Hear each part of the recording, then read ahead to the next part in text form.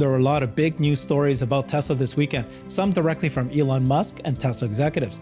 First, in an unconfirmed article from Global China EV, it's being reported that during an investor meeting with Deutsche Bank analysts, Tesla investor relations head Travis Axelrod apparently said that Tesla's plans on releasing an entry-level electric vehicle, possibly called the Model Q, in the first half of 2025. We'll share the details of that vehicle. Deutsche Bank today named Tesla stock its top pick for 2025. Second, Elon Musk posted a number of tweets on X about Tesla. One that caught waves is when he said that Tesla shorts will be reciting the Litany Against Fear right now. He also made a comment about the CyberCab, explaining why they decided to not put a logo on it. Third, we'll show you a video of full self-driving version 13.2 doing a magical maneuver to get out of a tight parking spot. A number of Tesla engineers, including Ashok and Elon, commented on this. Jeff Lutz is ex-CVP of Supply Chain and Chief Quality Officer. He's now CEO of his own supply chain consulting firm. Thank you so much, Jeff. Appreciate you joining me. Yeah, Herbert, there's a lot going on, a lot of movement out there, a lot of talking about the stock, the company. There's a lot going on. Let's get into it. Yeah, I think what we're seeing more and more, right, Jeff? Do you agree that you're seeing Elon himself posting so much more about Tesla and even the stock? And we'll share that today. All right, let's go. So we've got this unconfirmed reports, guys. So I'm not trying to say this is an actual news story, but it seems like it's more likely to be true than not. And you could tell me if you agree with me. Apparently, according to Global China EV, there's a Tesla Model Q that's going to debut in the first half of 2025 at a sub $30,000. We already know from the last earnings call that there was going to be more affordable vehicles, but apparently an investor meeting with Deutsche Bank led by Tesla investor relations said that this is the case and that they're going to call it Model Q. So this is, according to reports, shared during a Deutsche Bank investor conference. Investor relations head Travis Axelrod, and they said they're going to release this entry-level EV in the first half of 2025. And then after subsidies, right, you can now buy this thing for under $30,000. It's going to make it Tesla's most accessible model yet. And again, we heard that in our earnings call. Model Q, initially codenamed Redmond. Is it Redmond? Redwood. Yeah, I don't know what this length is. Almost 4,000 millimeters in length, 15% smaller than the Model 3. It's going to weigh 30% less, significantly enhances its efficiency. And there's going to be two battery configurations, a 53 kilowatt and a 75 kilowatt lithium iron phosphate option. And the top tier model will boast a remarkable EPA rated range of up to 500 kilometers. Makes sense to me. Does that mean that there's two models, or is it just one model with two versions? Customers will have the choice of single motor or dual motor setups, and they don't stop at affordability. Apparently, there's even going to be more versatile models, including a long wheelbase and a 3-row Model Y. It's part of their plan to get that 20-30% sales growth by 2025. With the Model Q, Tesla continues to push the boundaries of EV accessibility innovation. What do you think? Do you think that this is real, Jeff? Yeah, I mean, this is, like you said, this is an unconfirmed report. I wish one of the news outlets would grab one of the Deutsche Bank analysts and interview them and try to at least try to understand the contours of this, because it's big. But Tesla's told us that this is what they're doing. They told us that they're pulling in this more affordable vehicle from the second half to the first half of the year. They've referenced this on page 10 in the earnings deck. It's in the earnings deck, the lower paragraph. They talk about the more affordable vehicles. Now, do we know the exact form factor and what they're going to be? No. But here's what makes sense for them to do. And again, I'm not smarter than Tesla. I'm just saying, like, this is what would make sense in general. What would make sense in general would for Tesla to merge the component libraries of the 3 and the Y and get back to that 70+% reuse between the two. Remember, the Model 3, the new refresh Model 3 has a bunch of new tech inside of it.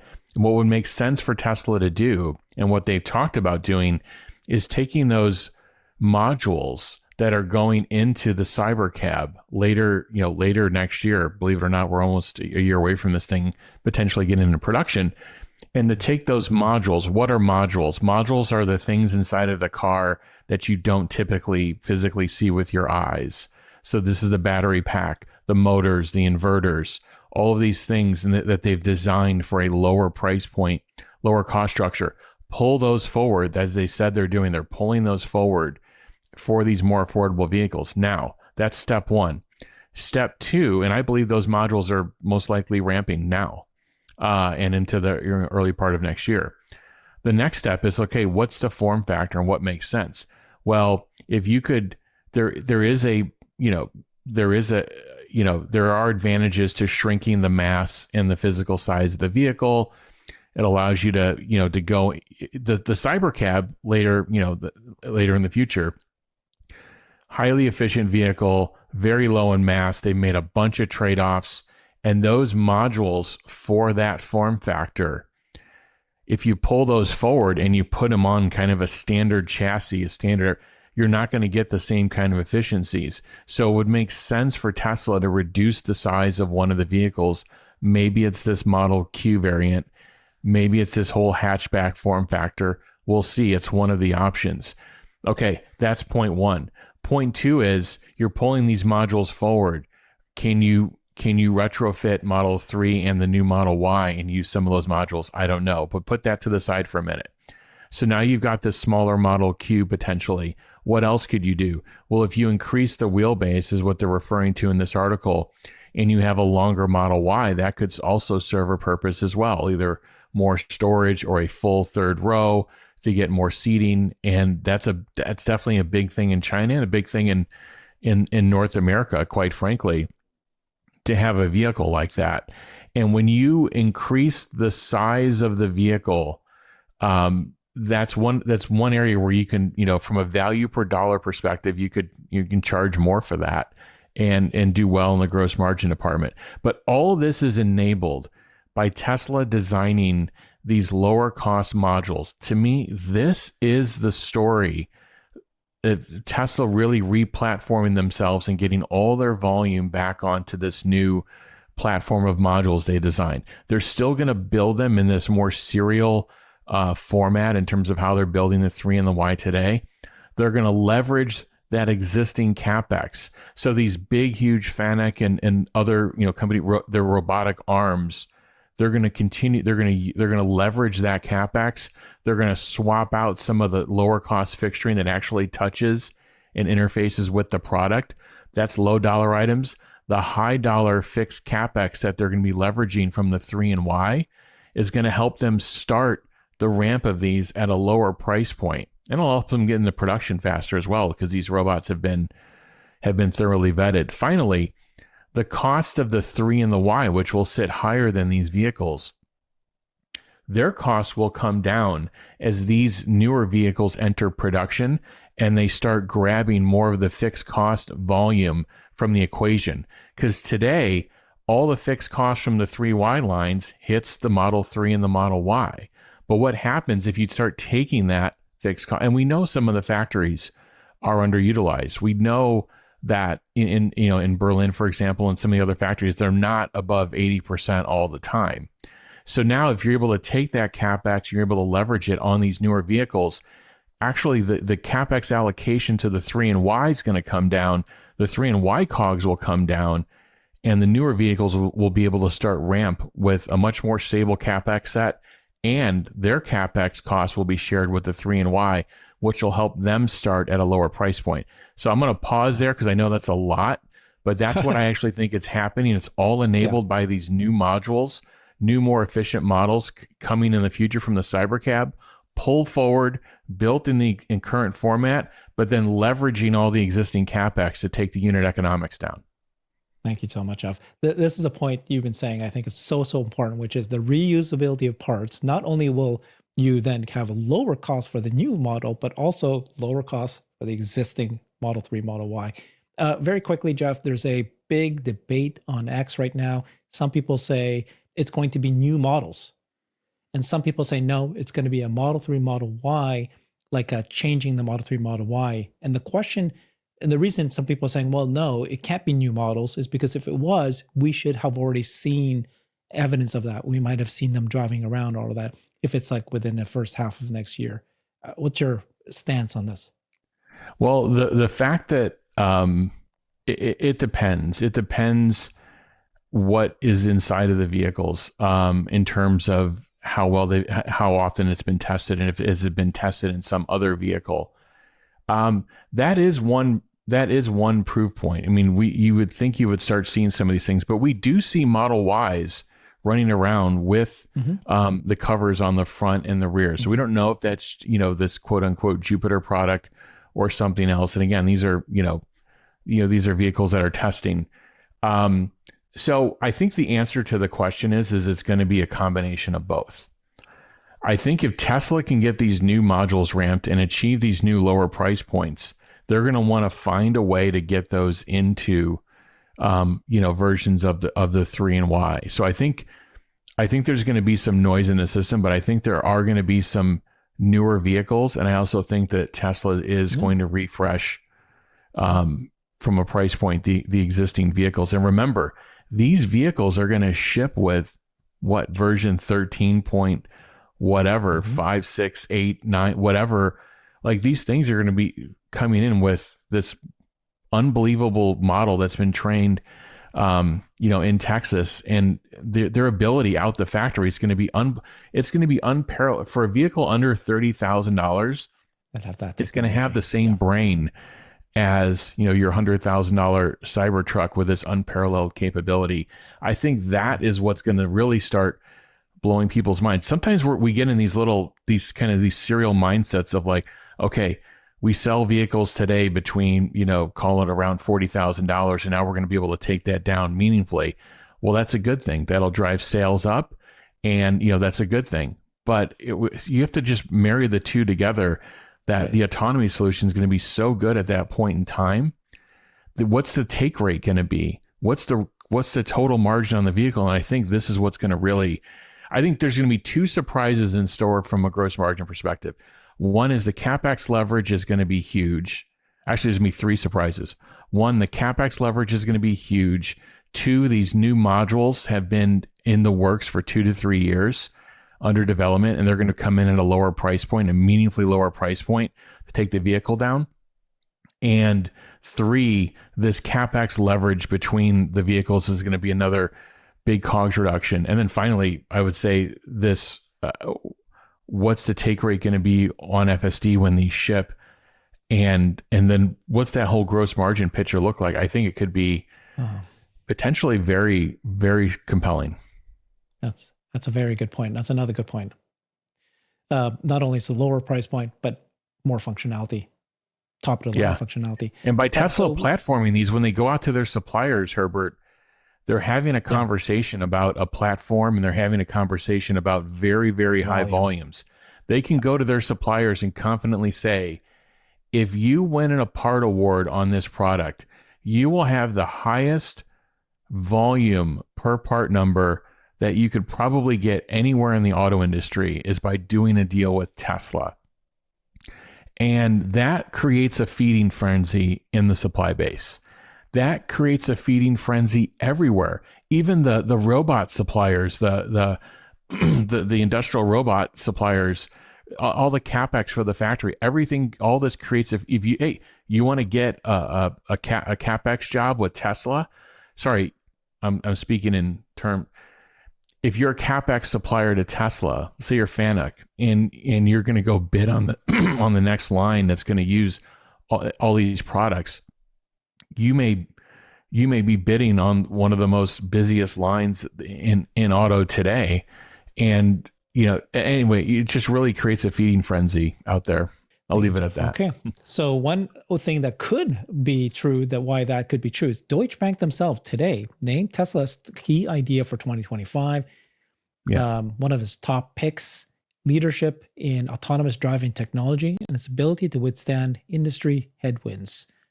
So let's see, what else did they say? Forefront of the technological and scale curve in terms of reaching practical autonomy. Competitors are trailing behind in resources, while Tesla is also ahead in eventually cost per mile and fleet size. This is great to hear. Finally, Chinese competitors are also now taking this approach, but are naturally playing catch up. The report also notes that Tesla's potential to deploy robotaxis in promised areas and continuing improving its performance and critical interventions could unlock a new bar in autonomous driving that's hard for others to replicate.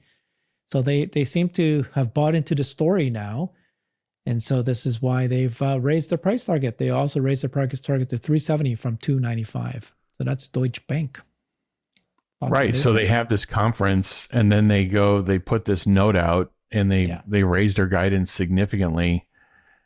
I mean, they're definitely putting two and two together. And really now, if you read all these notes 2 years ago, what would have been in the notes? They would have been talking about, just Yeah. car shipments and so forth. And now they're really talking about how imminent this autonomy solution. This was the debate and conversations, Herbert, we've been having on Cyber Bulls for months, if not even over a year, which was when would the market start to value this? And the market's going to front run. It is going to front run these things. And I don't think what people may have missed is the market's going to front run it, but also the distance between Tesla and the competition in this realm of autonomy, the gap is actually physically widened. There is no consumer solution that people can buy for autonomy that's any good. That really solves a lot of problems for them. And that gap has only grown over the last 2 years. That's the other piece of it. So we've been seeing more and more posts from Elon, and not only Elon but the Tesla executives, and they're getting much more confident, very, very confident. I'm going to show you a bunch of them right now. So first of all, this is Elon just yesterday saying there will ultimately be tens of millions of driverless Teslas throughout the world giving rides 24/7. And he just reposted the same video of him driving autonomously the robo taxi. But that this is very important. Now, in that post, you replied and you said the perceived high quantity of missed Tesla timelines. So this is the whole thing where everybody thinks that Tesla always misses their timelines for delivering a new product directly correlates to the high quantity of high risk never been done before projects that take on. So obviously the reason why they're missing timelines is because they're doing something that is so high risk, so crazy. Why did you post this? Yeah, I mean, you could take the bear side of this and say, well, you're just making excuses for them missing dates. But there's data on this. I mean, there's data from my industry. This is something we looked at all the time as well, which was we'd look at what we're putting into a product and we'd look at what's been done before and are we just optimizing? Are we just putting a new industrial design on it? And then we look at, are we going after some new esoteric material that's never been done before that solves a problem for consumers? Or we're going after some new process or something brand new. And if you were to take the dates of the delivery of the projects that didn't have much of anything new, what you would find is we were so good at predicting the date. We were so good at predicting the performance level. We were so good at predicting the quality level. We were so good at predicting the volume that would be available. Like we could literally, one of my jobs was to be able to say, all right, for the holidays by, November 15th, how many of this product would be available on shelves, in the United States, Western Europe, and Asia. And I'd have to, give an answer within a few percent. But when the project was filled with these things that have never been done before, our dates were pretty much perennially missed. And this is true for most of the industry. And because when you've never done something before, you have to figure out all your confidence in everything changes, and you just everything for every element in that schedule, everything there's less confidence in it because you've never done it before, and then you start stacking these things together in a schedule, and your probability of success can sometimes be very low. So what a lot of companies try to do is, if they're doing something brand new that's never been done before, they keep it quiet. They don't talk about it, and they work on it a couple years in advance, and then they try to get it integrate into the product. So, if there's something whiz bang, new for iPhone 18, that could have been something they've been working on for the last 2 to 3 years. They don't come out there and put it out there in the forefront. So, point is when you're making a schedule for something that's never been done before, the accuracy of that is very low, like less than 50% in many cases. When you're making schedules for things that are kind of typical that have been done before, those things should be in the greater than 90% range. And that distinction between the two, but the opportunity value of doing something that's never been done before and then sticking the landing on it and then getting it out there. I mean, those are the products that could potentially take off if you're solving a real problem for consumers. So when I think of that, I think of Tesla when they go after these things that have never been done before. And I see all this scrutiny in the media of, well, yeah, Tesla says they're going to have robotaxis in volume in 2026, but they miss all their dates, and they've been talking about XYZ for a number of years. I look at to me that there's definite beta there, because I look at the volume of things that Tesla goes after that others have not gone after before, and I say, okay, well, there's a reason that you have that perception, but the output of once they do land the date and once they do get their product, you now have this indiscernible lead. Look at EVs. Look at shipping EVs profitably, right? And look at the delays in the original Model 3, or look at whatever. Look at the delay in the Cybertruck, and now it's the number one selling SUV EV truck in the world. But look at all these things. Look at all these examples that are out there, and it's pretty telling. I think you're going to see the same thing with autonomy. Okay, so it's one thing for Elon to actually talk about the products, and he has been quite a bit the last several days, last several weeks. It's another thing when he every once in a while comes in and starts making fun of the shorts. That's the shorts. He really wants to burn them, and he starts talking about the stock, and he did that this weekend. He said this: Tesla shorts reciting the litany against fear right now. And the litany against fear is from the movie Dune, or the book Dune. I must not fear. Fear is the mind killer. Fear is the little death that brings total obliteration. I will face my fear. I will permit it to pass over me, through me. And when it has gone past, I will turn the inner eye to see its path. Where the fear has gone, there will be nothing. Only I will remain. This is Frank Herbert's science fiction novel Dune. And it's we know that Elon loves Dune. He's talked about it quite a few times. It's an iconic quote from the Bene Gesserit. This is the most powerful sisterhood that runs the entire universe there. But he's talking about this. So I was just joking, Jeff. I mean, like, well, okay, why is he saying this? Okay, watch out, shorts. You're going to be in fear now. Is he doing it because FSC 13.3 is going to go wide to all of us? Is it because there's going to be a new Tesla bot demo? Is it because there's something that's going to come, or maybe you just finished watching Dune last night? What was your take on why he came out with this yesterday?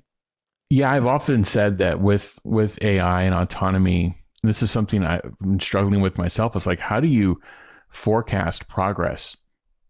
And you can use scaling laws, and there's a number of different things, but how do you know that you're actually making progress? You can kind of go, now we have a track record. We can go back in time and look at over the last year. And I'm certain Tesla has metrics and data that is getting, the executive team, the leadership there excited. So we had, 4 or 5 people, drive version 13.2. It's got all this new added functionality, but the big takeaway that a lot of them are saying is that it's really human-like in its actions, its acceleration, its decisions, it's how quickly it's responding to things. It's on a different level than the prior version 12, and so that's what we're seeing, and they saw that in September and in early October for the We Robot event. Tesla knew this because that's what was running on the CyberCabs at the event. So now what is Elon running with? They're probably running with some version 13.4, 5. Who knows that's running probably a new model, something more advanced, and they're seeing into the future and what the capability of the vehicles. And they're like, okay, we have something here that's going to work. And it's a question right now of getting through these models, getting through the training and working through some of these issues. But the confidence level of their commentary online has grown immensely, especially over the last couple of months. And it's not only Elon, it's the executive team as well, the engineers that are talking about it. They are seeing things. Remember, Tesla has internal simulators. They have internal system test cases. They have internal component cases where they go and they'll take a chunk of the code, they'll take a chunk of the operation, and they'll run it on some simulator that drives some level of acceleration, trying to find defects. So before Tesla puts it out to their QA testers, or before they certainly put it out to their employees, they know a lot. The FSD team knows a lot about the performance of a release in component testing. And I think there's been a huge jump going over to this Texas supercluster. And I don't think we've seen the full extent of it, not even close. And that's I think what Ashok is referring to. I don't think we've seen it even close to the full extent of it yet. Yeah. Okay, we're going to get right to that, but unfortunately, I made a mistake and I threw in this next segment that's kind of like disrupting this train of thought you were having. We're going to get to Ashok talking about version 13. We'll share more of that, but this was, I thought, an important story. This is the concept about the CyberCabs not needing logos. Just like Cybertruck, CyberCab has no Tesla logos anywhere. Elon replied to that, saying, if the product is special enough, no logo is needed. That's interesting, of course. And then, of course, you said, believe it or not, in a bill of materials, cost planning, logos, badges have no functional need, yet have outside costs. So you're saying that this, just the logo itself is expensive. They're typically electroplated, high polish for looks, etc., which have low yields and high costs. Well, it's a brand, Jeff. It's high yield, but yeah, it doesn't need it. Yeah. I can't tell you. I mean, for 2 decades, it had this debate, and I'm sure at points in time I was wrong, and it was the right answer to go and polish this badge and make it look beautiful and spend. I mean, people would be surprised at how much money on a smartphone or a tablet sometimes that would be spent on some of these features. You see that you have some sort of shiny chrome look. Some, in the processes involved. So think of the badge that's going on the back of your Tesla or the front logo, and think of that polished look. And if you look at the underlying substrate under it, if it's some sort of composite, if it's some sort of, glass filled plastic, and then you're doing some sort of either electroplating or vacuum metallization operation to give it kind of that metallic look, or is it a chunk of metal and it's being polished? I mean, in any one of these examples, it is a high cost part and there's actually no functionality to it, and it's adding mass and drag to the vehicle. So it's interesting that this realization that Elon and the Tesla team have come to, which is make a product. And people have been asking about Cybertruck. Why isn't there a logo on it? What's going on? Make a product that's so iconic that it earns its understanding of what its brand is and what the product is by just its form factor and its look being so stunning, and that there's nothing like it. And that's the actual badge, and that's the actual brand. And then save yourself the several dollars of bill of material. And also think of the transformation cost. People always think of like, okay, I got the badge in my hand, that's what it cost. No, you most likely didn't make that at Tesla. So there was some inbound freight involved, and there was packaging involved to get it from the supplier over to you. And then the supplier has yield loss because this is a high gloss or, a polished look. And therefore there's significant yield loss, in the process of making the part. So you're paying for that yield loss. So now they've shipped you the part. You're paying for the shipping material. You're paying for the form of freight that it came into you. So now you're paying for that inbound freight. And then you've got the badge in your hand saying, well, I've got to get this on my vehicle. I need to apply adhesive. So now you have an adhesive application process that you're putting on the badge, and then you're physically putting on the vehicle. And then you've got probably have some sort of alignment operation in the factory. And then you've got a test to validate optically the alignment of it in the factory. So when you think of the total cost, you put the item in the center and you start going around it and you start thinking about the total cost of it. And then all of a sudden, are some of these things having an issue in the field? Are they peeling up or they're whatever? And there's a warranty cost. Now there's a warranty line that hits it as well. And all these different lines of costs that hit it that you don't see when you're holding the physical badge. That's what the idea of part elimination and why it's so important. And I think, we'll be talking more about this as more of the CyberCab details are revealed, but I think that's kind of the core efficiency premise of what they're doing. So I think it's an interesting just revelation. If you're making millions and millions, 10 million, it does add up, and he's talked about that before. And then you can also wrap these vehicles. Okay, so we got it's a big story here. Next is this new video that Omar from Homar's catalog put out. I did not think FSC 13.2 could be able to get into the road with this UPS truck parked right next to it. A bunch of engineers replied to this. So let's watch this video. This is Omar parked. The car is autonomous right now. He just pressed the button. There's a biker rode by, and there's the UPS. How does it even know, right? Like, this is a parked car. You can see that it actually can see the truck there, and it is it waiting for something? Oh, okay. Oh boy, Waiting for the Waymo. Another Waymo. How did it see? How can it see? So it needs to peek out. It needs to peek out. That's great. I mean, first of all, to have the confidence to know that that's a parked vehicle, I'm going to have to go around it, and then it was able to see that there's nothing there. So that is great. Great that it worked. That's brilliant. Okay, so what happened was Elon forwarded this in addition to another drive that Omar did, 13.2, driving an hour and 40 minutes with zero interventions. Elon said, demonstrate Tesla self-driving to a friend tomorrow, feels like magic. Tesla forwarded that image, that video that we just played here, and they said this all happens implicitly within the model, which is trained on extensive data of similar real-world scenarios. Like, it learned it on its own to know what to do there. And then Yun-Ta Tsai, who is an engineer for the Tesla autonomy team, this is the power of real-world AI. It always surprises me how much it could learn. So this is just reinforcing to you that this, technology is learning on its own. This Viv says it has good teachers in you guys. He says that's how kids learn. They learn from the real world, not just by reading books. The more they explore, the better they are. You've got engineers here telling you that the more the cars are out there, they're learning on themselves. This is a live.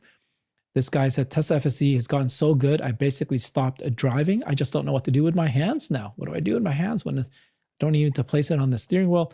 And I just found this very interesting. Ashok Goswami put this GIF out. This isn't even my final form.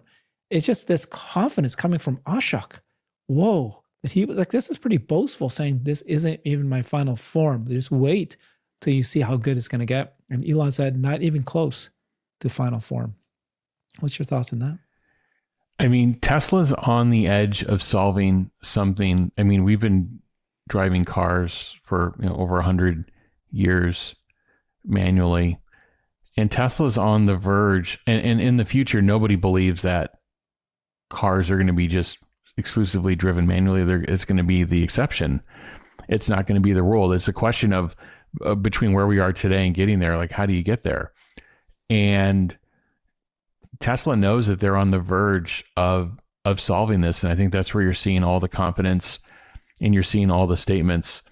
And I think there's more to come in terms of the size of the model that's available to the vehicle. I still think we're seeing a kind of a restricted set of, so they're training on this cluster in Texas, but we still haven't seen kind of the full kind of model size maximizing everything on AI4. And remember, Tesla even said today that they can't buy an inference computer, the value per dollar in terms of, its processing. They can't buy anything better on the open market today. And this computer was designed a number of years ago, just to kind of give you an idea of the lead. And of course, the AI5 computer is under development. It's probably complete. And they're getting ready for, for tape out and going through the final stages and getting ready for production for availability at some point next year. And so Tesla's, they're going to make that even more powerful. Tesla's doing this inside of a box. And that box is, it's got to be this size. It's got to be this power consumption. It's got to have this capability. It's got to have this redundancy. And it's got to fit inside of this price point. And all of these things have to work together. That's the only way that you could have, Elon referred to tens of millions of these things being out there in the wild and being able to give 24/7 rides. The only way that this works economically is if you figured out those things with AI4 and AI5 from a cost structure and power consumption perspective, where you can actually just take this cost embedded inside of every vehicle. And whether the consumer buys the option or not, you're still making the gross margins and operating margins you need to fund the cyclical growth of this business and to expand into, full on AI. So it's interesting how all these things are connected. They all have to work together. If Tesla wasn't making EVs profitably, they wouldn't be able, this computer would be on the delete list. Like, okay, well, don't put the computer until we can figure out how to get it to drive. Well, no, if Tesla figured out a long time ago how to get the margins right in the vehicle and say, we can put this in regardless. And I've seen other Chinese auto companies, they've torn down and they've looked at their own solution between the sensor suite and the computer, and they're 4 to 5 times where Tesla probably is. So just the point is all this has to work together, and you can tell Tesla's confidence is growing. They're definitely seeing things that we've not seen or experienced yet on the outside. Yeah, we're getting very, very exciting. We're seeing movement in the potential Model Q. We've got movement in FSD, of course. That might go wide before the end of this year. You got the confidence from everybody. And we're seeing this potential for CyberCab as well. Thank you so much, Jeff. Follow him on his X account, the Jeff Lutz. Use his referral code link and subscribe to him on X. Thanks, everybody. Bye-bye. Thank you. I've created a website that is the most comprehensive resource for the Tesla investor. Please check it out. Simply go to my website at herbertong.com.